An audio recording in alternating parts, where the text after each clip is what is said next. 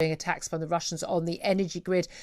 Some claims that actually this is amounting to basically genocide as a weapon of war against civilian population. Cormac Smith is former communications advisor to the Ukrainian foreign minister and joins us now. Good morning to you, Cormac.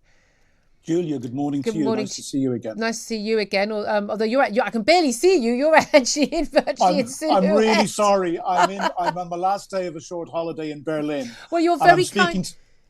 I'm speaking to you from my hotel room with my iPhone. You're very kind for joining us. I have to say, I was thinking you look like you might be in Kyiv with no power on. I mean, that's something. Let's go straight to it. We've got a few minutes. And what is going on in Ukraine? I mean, there are some latest statistics that show actually, in terms of the people who are going to die of cold over the whole of Europe, is going to dwarf the numbers who've been killed on the battlefield in Ukraine. But the deaths in Ukraine from the effect of the energy grid, the attacks on the energy grid, could be even greater than battlefield deaths there, couldn't they?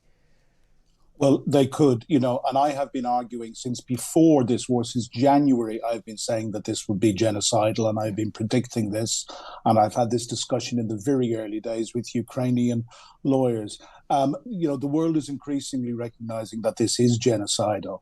And in terms of what the Ukrainian, I think it was the prosecutor general, said recently, the attacks on the power grid, there are 5, there's a legal definition of genocide, and there are 5 tests of genocide. And if any one of those tests, Julia, are met, then it is genocide. And one of those tests is inflicting conditions of life calculated to bring about the destruction of life.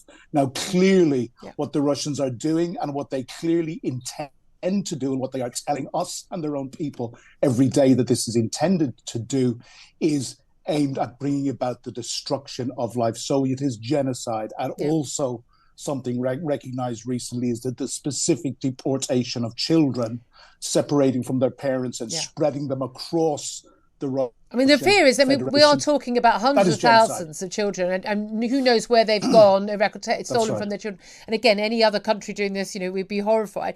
The resilience of the Ukrainian people is quite something to behold, though. And I wonder, we're seeing the more heroic side of things, and actually an awful lot of people are quietly suffering. But I mean, this could actually, the impact of this on the elderly, on the children still left in the country, the infirm, this is going to be a big issue. But ordinary people just who've been able to sort of stoically go about their daily business. Okay, there's air raids, but we're going to keep on living in the cold without any heat, without any light, unable to run businesses and things. There is an element where this will kind of slowly break down. This is about a war of attrition by Putin, isn't it?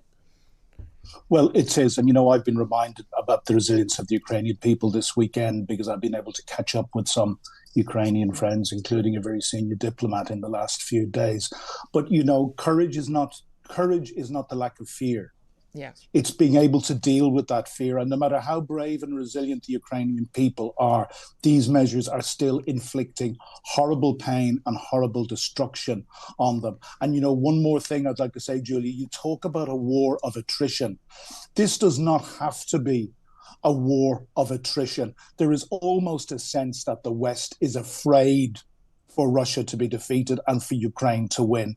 There are certain tactical or strategic weapons that we are still not supplying, that the Ukrainians have been begging for 9 months. Modern tanks, aircraft. Sending ambulances is all very well, but let's send them the jets that they need, in my view. We'll have to leave it there. I'll leave you to enjoy the last few hours of your holiday in Berlin there. Cormac Smith, thank you very much indeed for joining us. 9:19 is the time. Up next, going to talk about other big issue from